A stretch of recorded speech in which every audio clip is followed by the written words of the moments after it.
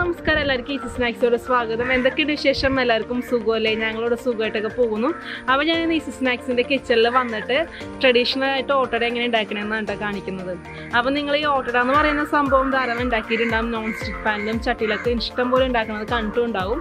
പക്ഷേ ട്രഡീഷണൽ ആയിട്ട് പണ്ടത്തെ കാലത്ത് ഓട്ടുകാലത്തിൽ എങ്ങനെ ഓട്ടട ഉണ്ടാക്കിയത് നിങ്ങൾ കണ്ടിട്ടുണ്ടെന്ന് എനിക്കറിയത്തില്ല. അപ്പോൾ എന്തായാലും നമ്മുടെ എപ്പിസോഡ് ഒന്ന് കണ്ടു നോക്കാം. അതിന് നിങ്ങൾക്ക് ഇഷ്ടപ്പെടുന്ന ലൈക്ക് ചെയ്യുക, ഷെയർ ചെയ്യുക, സബ്സ്ക്രൈബ് ചെയ്യുക, സപ്പോർട്ട് ചെയ്യുക കേട്ടോ. അപ്പോൾ നമുക്ക് വേഗം തന്നെ നമ്മുടെ കിച്ചണിലോട്ട് പോയിട്ട് എങ്ങനെയാണ് സൂപ്പറായിട്ടൊരു ഓട്ടട ഉണ്ടാക്കിയെടുക്കണം നോക്കാം കേട്ടോ. അപ്പോൾ ഓട്ടട ഉണ്ടാക്കാനായിട്ട് ഞാൻ ദാ ഇവിടെ 1 കപ്പ് ഗോതമ്പ് പൊടി എടുത്ത് വെച്ചിട്ടുണ്ട് കേട്ടോ. നമ്മുടെ സാധാ നോർമൽ ഗോതമ്പ് പൊടി. അതിലോട്ട് ആവശ്യത്തിനുള്ള അത്രയും ഉപ്പ് ചേർത്ത് കൊടുക്കാം കേട്ടോ. ഉപ്പ് ചേർക്കുമ്പോൾ ഈ പൊടിക്ക് ആവശ്യമുള്ള മാത്രം ഉപ്പ് ചേർത്താൽ മതി കേട്ടോ. ഒരു നുള്ള് നന്നായിട്ടൊന്ന് മിക്സ് ചെയ്യാം. നമ്മുടെ ഈ പൊടിയിലോട്ട് കുറച്ച് പച്ചവെള്ളം ഒഴിച്ച് ഒന്ന് നന്നായിട്ടൊന്ന് കുഴച്ചെടുക്കണം കേട്ടോ.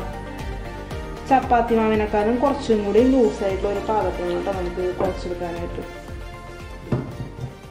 ഇതാ നമ്മുടെ പൊടി ഇപ്പം ഞാൻ ഇവിടെ കുഴച്ചെടുത്തിട്ടുണ്ട്. ഇതാ ചപ്പാത്തി മാവിനേക്കാളും കുറച്ചും കൂടി ലൂസായിട്ടുള്ള പാകത്തിന്. നിങ്ങൾക്ക് വേണമെങ്കിൽ ഗോതമ്പ് പൊടിക്ക് പകരം അരിപ്പൊടിയും ഉപയോഗിക്കാം കേട്ടോ. ഞാനിപ്പോൾ ഇവിടെ ഗോതമ്പ് പൊടി ഉപയോഗിച്ചത് എനിക്ക് ഗോതമ്പ് പൊടി ചെയ്യുമ്പോഴാണ് കുറച്ചും കൂടി നല്ല ടേസ്റ്റായിട്ട് എനിക്ക് തോന്നിയാണ്.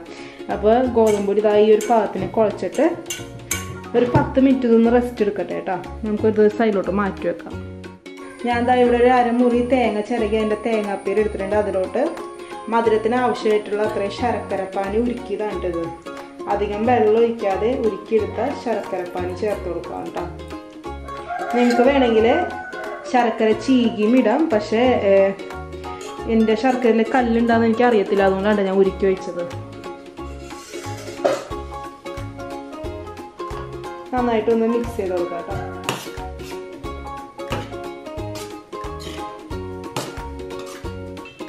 ഇതിങ്ങനെ ഒരു മിക്സ് ചെയ്തിട്ട് ഒരു 10 മിനിറ്റ് ഇതിമൊന്ന് റെസ്റ്റ് ചെയ്തിട്ട് അപ്പോൾ നമ്മുടെ ഈ ശർക്കര പാനിയൊക്കെ നന്നായിട്ട് ഈ തേങ്ങയിലോട്ട് ഒബ്സർവ് ആയി വരും കേട്ടോ.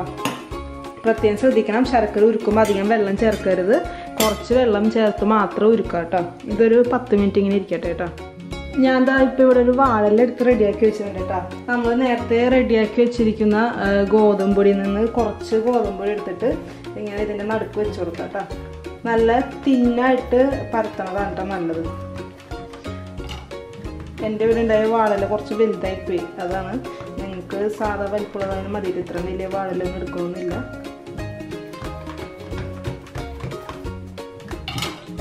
അപ്പോൾ ഇടയ്ക്കിടയ്ക്ക് ഇങ്ങനെ കയ്യിൽ കുറച്ച് വെള്ളം നനച്ച് കൊടുക്കുകയാണെങ്കിൽ നല്ല തിന്നായിട്ട് നല്ല ഭംഗിയിൽ പരത്തിയെടുക്കാൻ പറ്റും കേട്ടോ. ഈ ശർക്കരയും തേങ്ങ എല്ലാം കൂടി നമ്മുടെ ഈ ഗോതമ്പൊടിക്കകത്തിട്ട് കുഴച്ചിട്ടും നമുക്ക് ഇതേപോലെ പരത്തി മടക്കി ചുട്ടെടുക്കാം. പക്ഷേ ഇതിനാണ് കുറച്ചുകൂടി ടേസ്റ്റ് എനിക്ക് തോന്നാറ് കേട്ടോ മറ്റേ വെളിച്ചെണ്ണക്കാർ.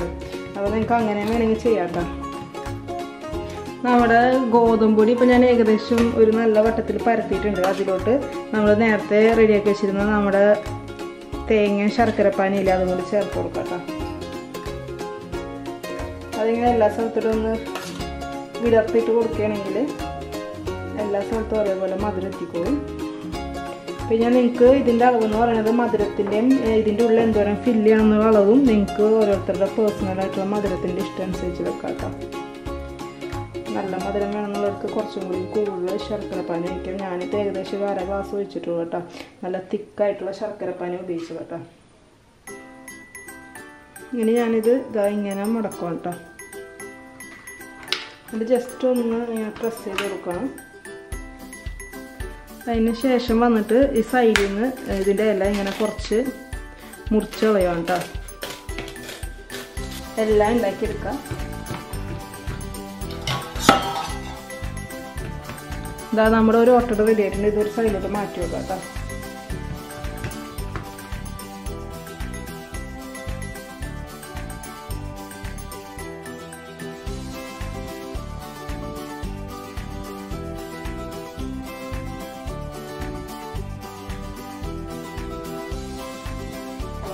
നമ്മളപ്പോൾ ഓട്ടട ചുട്ടെടുക്കാനായിട്ട് ഇതാ ഇവിടെ ട്രഡീഷണലായിട്ട് ഓട്ടട ചുടുന്ന ഒരു കലമുണ്ട്. ഇത് ഓട്ടുകലം എന്നാണ് പണ്ട് കാലത്ത് ഇതിനെ പറയുന്നത്.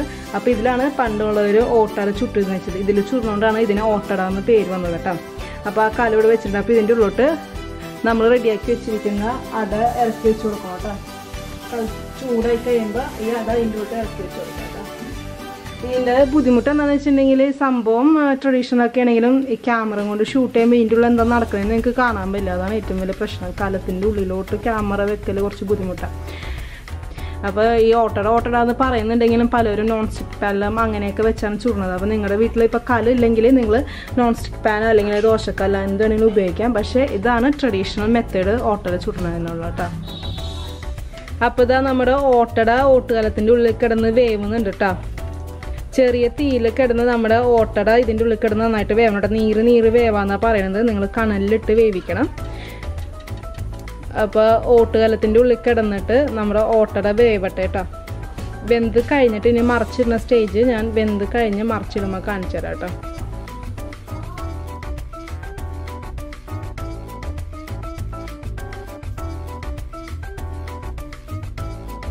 നമ്മുടെ ഓട്ടുകലത്തിൻ്റെ ഉള്ളിൽ ഓട്ടട റെഡി ആയിട്ടുണ്ട്. അപ്പോൾ നമുക്കത് എടുത്ത് ഒരു പാത്രത്തോട്ട് മാറ്റാം കേട്ടോ. ഇതാ നമ്മുടെ ഒരു ഓട്ടട റെഡി ആയിട്ടുണ്ട്. അപ്പോൾ ഇതേപോലെ തന്നെ നമുക്ക് എല്ലാ ഓട്ടടയും ചുട്ടെടുക്കണം. പണ്ട് കാലത്ത് ഇതേപോലെ ആയിരുന്നു ഓട്ടട ചുട്ടെടുത്തേച്ചത്. ഇനി ഓട്ടുകലം ഇല്ലാത്തവർക്ക് ചുടാനായിട്ടുള്ള വിദ്യ ഞാൻ കാണിച്ചു തരാം കേട്ടോ.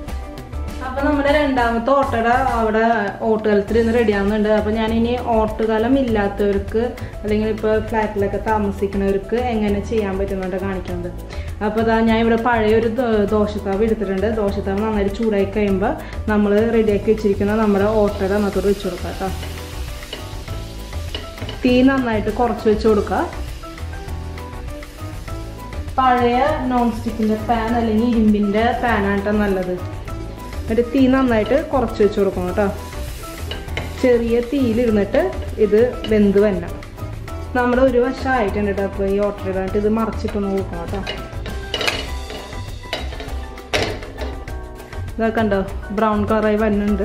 അപ്പോൾ ഇത് മറിച്ചും തിരിച്ചിട്ട് ഇങ്ങനെ ചെറിയ തീയിലിട്ട് വേവിച്ചെടുക്കണം കേട്ടോ. അപ്പോൾ ഇതാ നമ്മുടെ ഓട്ടട എല്ലാം ഞാൻ ചുട്ടെടുത്തിട്ടുണ്ട് കേട്ടോ. ഇത് നമ്മൾ നോൺ സ്റ്റിക്ക് പാനിൽ ചുട്ടതാണ്. ഇത് രണ്ടുമാണ് നമ്മൾ ഓട്ടുകലത്തിൽ ചുട്ടത് കേട്ടോ. അപ്പോൾ ഇതൊരു ട്രഡീഷണൽ ഡിഷാണ്. വളരെയധികം ടേസ്റ്റുമാണ് കേട്ടോ. നല്ല ഹെൽത്തിയുമാണ്, നല്ല ടേസ്റ്റിയുമാണ്. അപ്പോൾ എല്ലാവരും വീഡിയോയിൽ ട്രൈ ചെയ്ത് നോക്കാം. എന്നിട്ട് നിങ്ങളുടെ അഭിപ്രായങ്ങളൊന്നും അറിയിക്കാൻ മറന്നു പോകരുത്. അപ്പോൾ നമുക്ക് ഇതേപോലത്തെ അടിപൊളി റെസിപ്പി ആയിട്ട് വീണ്ടും കാണുന്നവരെ എപ്പോഴും പറയാറുള്ളത് പോലെ സ്റ്റേ ഹെൽത്തി. ബൈ.